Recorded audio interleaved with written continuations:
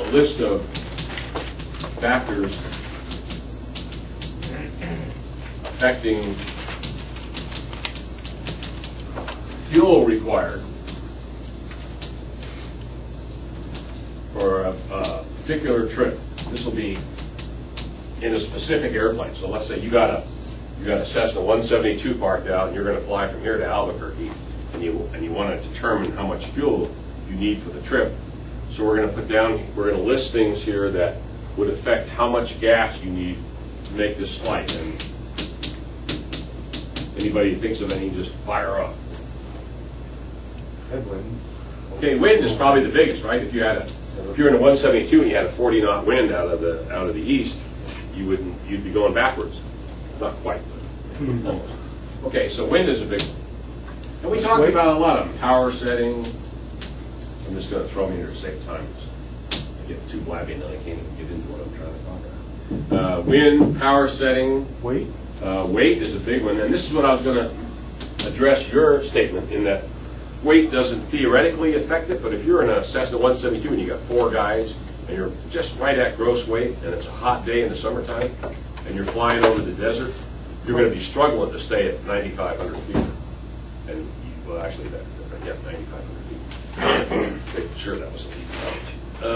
You're going to be struggling to stay at altitude. If you get any downdrafts at all, the airplane starts settling. You look at your vertical speed and you're going down 300 feet a minute. So what do? You pull back on the control wheel to hold your altitude and then push the throttle in. So now you're indicating 65 miles an hour, and you got climb power, and you're only indicating, you're not going anywhere. You're really slowing down. You're burning a lot of extra gas. So weight can have an effect. That airplane would do a lot better under those circumstances if you only had one person in it. So, but theoretically, it's not supposed to affect the actual burn rate. Okay, so wind, power setting, weight of the aircraft. We said temperature and mixture. So those are the biggies right there. Now we're going to put some things on the other side over here, just like we did on that takeoff distance thing, and have you think of some things other than what you can look up in the book that will affect your the condition of the aircraft. Okay, aircraft condition. Again, you look in some of these manuals and it'll say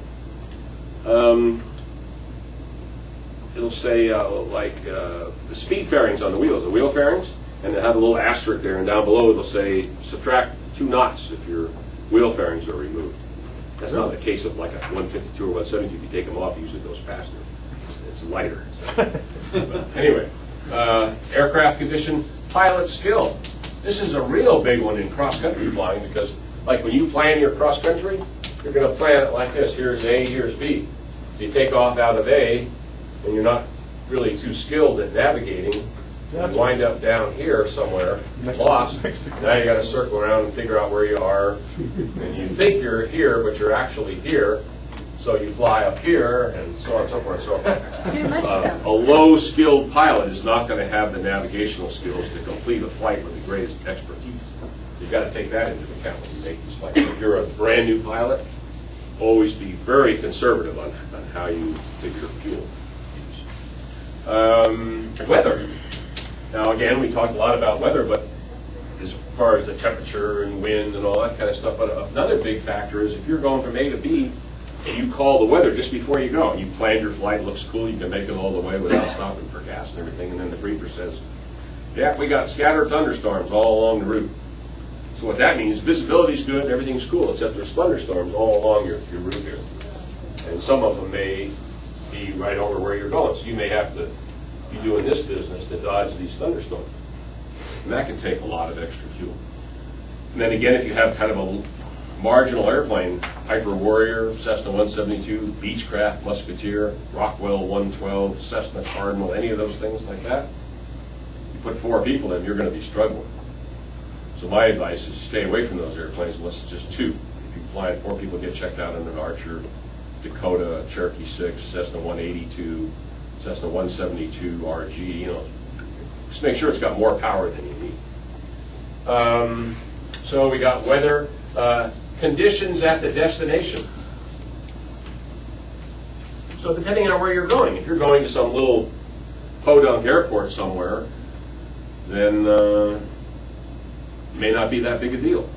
But if you're going to a major airport, you can call the tower and they'll say, Roger, you're number 14, follow the Boeing 767 on a 20-mile final. And today is Tuesday, we'll report on base Friday, type of thing. So it can take them. So if you're going someplace where you're going to be hanging around before you land, make sure you got plenty of gas. Let's see if I can think of any others. No, I can't. So. How about the amount of climbing that you do? Like just, That's ultimate- usually offset by the amount of descending that you do. Oh, as far as fuel saving. So if you, see, we can get into all of them. I love talking about this kind of stuff. It's real life stuff. That's why I get off on these tangents. But when you descend, if you waste fuel, a bad way to descend is to stay at altitude till you get close to your destination and pull the power back and glide down. What you want to do is start a descent. And you can actually calculate and say, okay, a comfortable rate of descent is 250 feet a minute. And I can descend. When I descend, I'll be going 170 instead of my cruise speed of 140. So I'll gain 30 knots by just pointing the nose down and going as fast as I can. And so you back that off and figure out how many minutes it's going to take you to get down, and then you figure out how fast you're going, come up with another number that tells you how many miles out to start your descent. So if you were coming in here, say from Albuquerque, and you were at 10.5, you might start your descent over El Centro. And just point that nose down and add an extra 10 or 15 or 20 knots, depending on the airplane, 152. Point the nose down and just go as fast as you can. If you do that, then you make up for that fuel. Because you burn the same rate, but you're flying faster. Yeah. It's less time. I don't know if you exactly make it up, but it plays a big role in it. But if you waste it by staying at 10.5 all the way till you get to Pine Valley and then have to circle around to get down, that's a big waste of fuel and money and time. Okay, so I want you to keep these things in mind. And the big thing here is that these are things that you could, just like with the takeoff thing, these are things that you can come up with some kind of a number out of the book that says you'll use 47.9 gallons to get to Albuquerque. But then you got to add reserve. This will be talked about more in the FAA regulations class. But you got to add 30 minutes reserve. You should have your own personal reserve for approach and landing and stuff, another 20 minutes, and so on and so forth. So, but then in addition to all that, then you got to look over at the existing conditions and figure, take a look at yourself, take a look at your airplane, take a look at the weather and your destination, and determine whether you think you're going to have enough gas to make it. And of course, the thing is, if it's even close, because again, I always would calculate how much gas I needed, then I wouldn't add 20% of gas, but I'd maybe add 10% of what I thought I needed just to be on the safe side. If you're ever in doubt, just land and get gas. Okay. Let's see.